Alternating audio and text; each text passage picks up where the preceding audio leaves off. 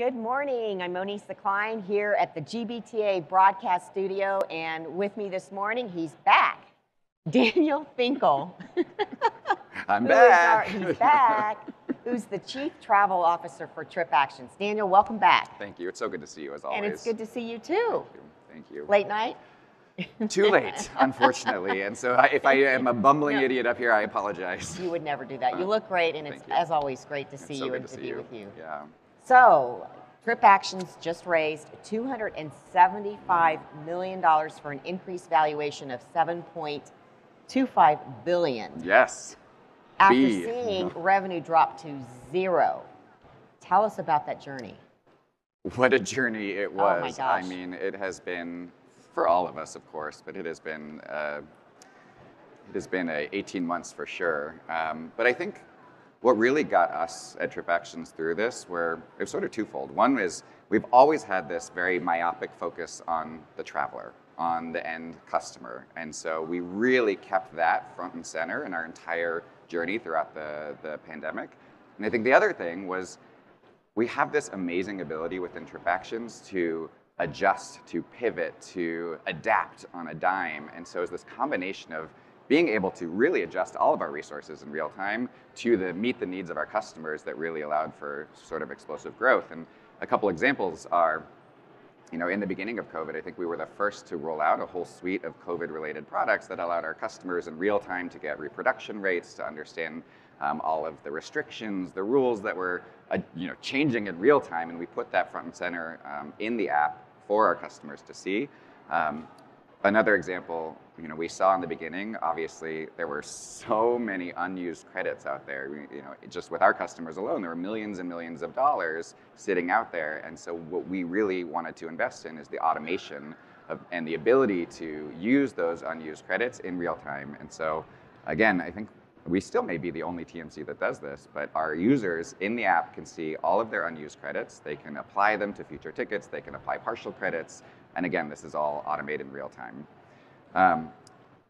We also, one of the great things about TripActions is we're a closed ecosystem, right? So we're an OBT, we're a TMC, we are a service agency, and so we've built this, complete end-to-end ecosystem for travel. But our customers were really asking for us to complete the T&E, right? And so we moved really quickly into the expense side and payment side of T&E during COVID. And so we made tremendous investments in our corporate card, in our virtual card, in our payment solutions, and our expense solutions that really help meet the needs of another piece of travel. And then finally, we actually, we saw leisure travel was going to come back faster. And so our customers wanted to use us for their leisure travel bookings as well. And so we invested in what we call Lemonade. When you get lemons, you make lemonade. And we actually now brand our leisure product Lemonade. And it allows our corporate travelers, the travelers that use us, to book all of their leisure travel. And now it allows them to do bleisure in one seamless app. And so all of these investments really helped us grow. And we actually grew nearly 3x from a customer base perspective during COVID. And we're already well above our 2019 booking numbers. And I can't imagine there are many other TMCs out there that can say we are actually above our booking numbers than we were pre-COVID. That's amazing. And listening to all that you guys have done through this journey and this process, we touched on this yesterday. I think clearly there's some advantages and benefits being a startup, right? You don't have any of the legacy issues that a lot of companies have to deal with. And so that you can move so quickly and develop these products on a real-time basis. Congratulations. Absolutely, thank you. And it really is this ability, because we own the end-to-end product, right? We own the TMC, we own the OBT, we own all the data infrastructure. It allows us to adjust and move the entire platform in a really quick way, which is pretty good. So throw in an acquisition. Yeah, why not? That is like wow. So you guys recently acquired a travel agency, Rita McKay, which seemed like a little bit odd, right? Given kind of the path that you guys have taken. Why was this attractive, and how has that partnership been? Yeah, it's a great question. I think a lot of people were really surprised with that acquisition, but for us, it actually made perfect sense. And despite what some people think about TripActions, we are very self-aware, and one of the things that we knew is that we had a fantastic product for the majority of the travelers within a corporation. So 98% of travelers within a company that used us loved us. They loved the online focus, they loved the self-service ability.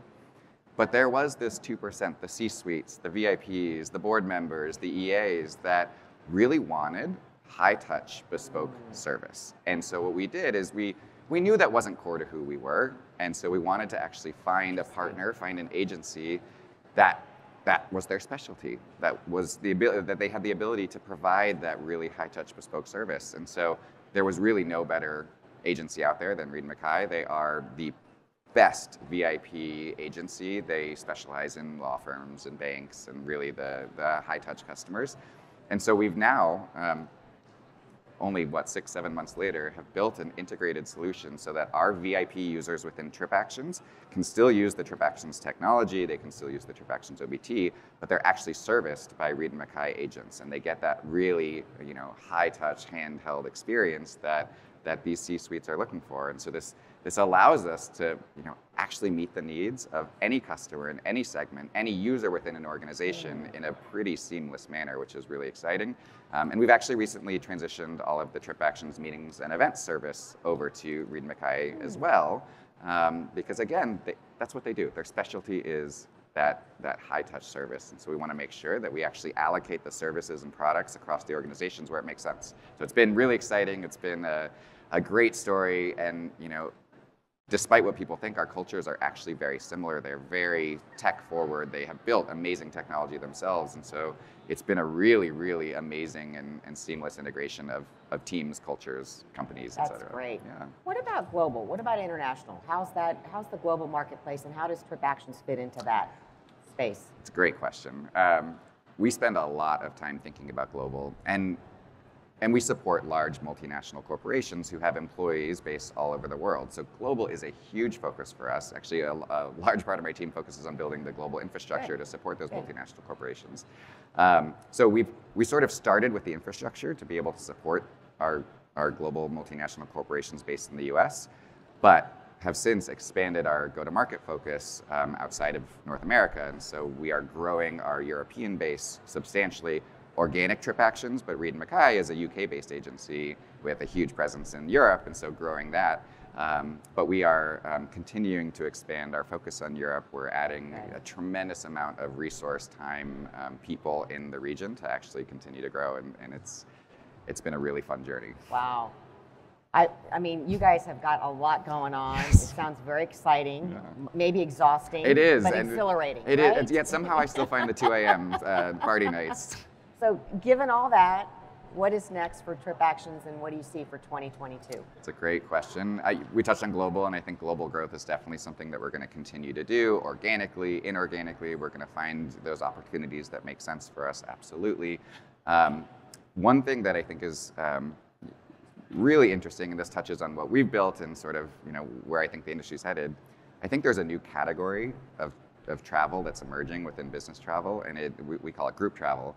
But it is, offices are so much more distributed now. People are so much more distributed. You have finance teams that maybe all used to work in one location that are now spread across the country or spread across different regions, and they never traveled.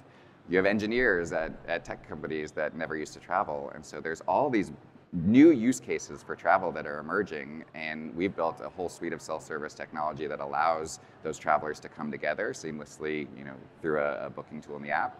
And we think that we're very bullish on that, and I think there's a lot of hypotheses about what's going to happen to business travel next year. When is it going to return? Yeah. I think there's an actual potential that this new category of travel is going to offset any loss in sort of the traditional transient travel. Yeah. So we're really, really we're bullish on that. And I know you've been talking about it all morning. I heard in the last couple of sessions, sustainability is obviously a big thing that is very important in the industry. It's very important for our customers, especially as we go into Europe. They were sort of the forefront in sustainability. So it's in their DNA. It's in their DNA. Yeah. So we've been focusing a lot on that. We recently announced an amazing partnership with Neste, with sustainable aviation fuel. It's going to continue to be a really big focus for us. But for us, it's about the traveler, it's about the consumer, and so we will always continue to put them front and center, and we will be able to adjust to whatever their needs may come in the coming years, and we're excited for that journey. Well, Daniel, that is all exciting news, and hopefully we'll have some pleasant surprises, like you said, right? Some new buckets of travel, right? I think so. That will come to be, and so exciting. I'm so happy for you guys. Thank you so much. And it is so good to see you in person, in the flesh, in 3D, not behind a screen. It's amazing. Thank you. Thanks for being with us this morning. Thank you so much. I appreciate it. Have a great day. Thanks. You too. We're here at the GBTA broadcast studio, and stay tuned for more. More to come.